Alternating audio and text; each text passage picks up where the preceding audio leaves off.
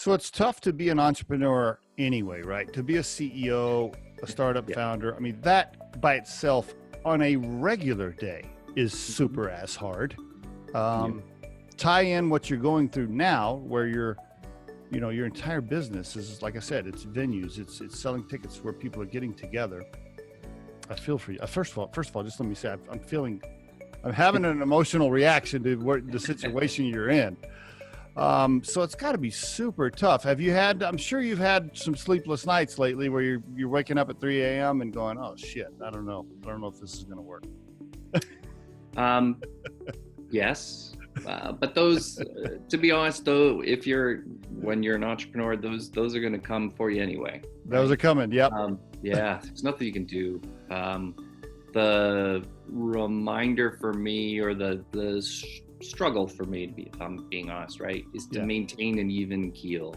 Don't get too high, right? When you've got something that's coming through that's really successful or has been a major achievement, don't get too high.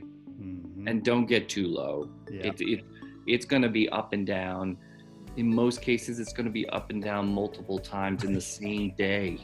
And you just need to breathe and continue to focus through and try to have clarity about what are we building and what's the feedback I'm getting on what's been built, to make sure that I'm not building something that nobody wants, right? Like, make sure that you have a good feedback loop and you're providing the service that people are looking for. And good advice. Going back to that high and low, you have to take all that commentary in and be able to kind of constructively sit down and sort through it and find the things that are going to be useful and productive for you to execute on. Good advice. Now, I think I heard you say earlier you're not taking a salary, or you weren't paying yourself. Did I pick up on that? Did I miss that earlier? No, I am at the time. I am right now, thankfully, and thanks to PPP that's able to continue, right? But that for how long? Again, we'll see.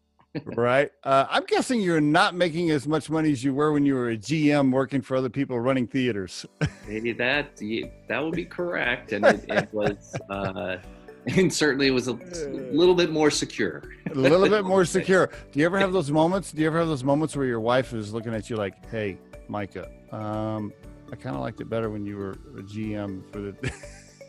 So that's another thing I would suggest. Like, if you're really going to go down this path, if you can, really make sure you have a really strong partner, not a work partner, but a life partner. Right? My wife is.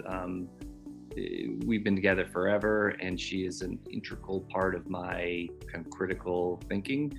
And honestly, it was knowing that in our circumstance with the kids, right, you're really making a choice that's larger than you. You're impacting the entire family. Everybody's at risk.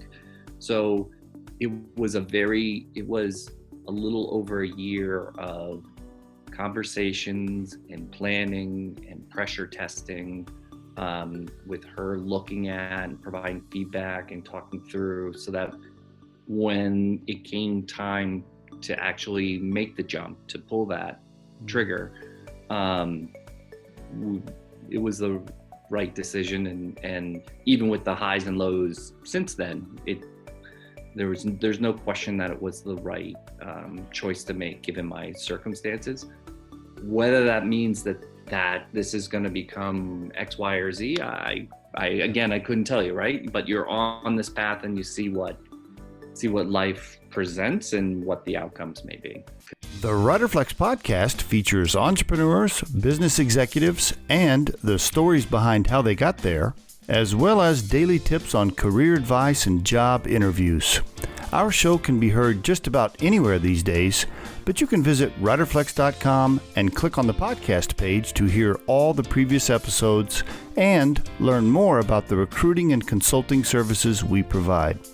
Contact us at the email address info@riderflex.com or 888-964-5876.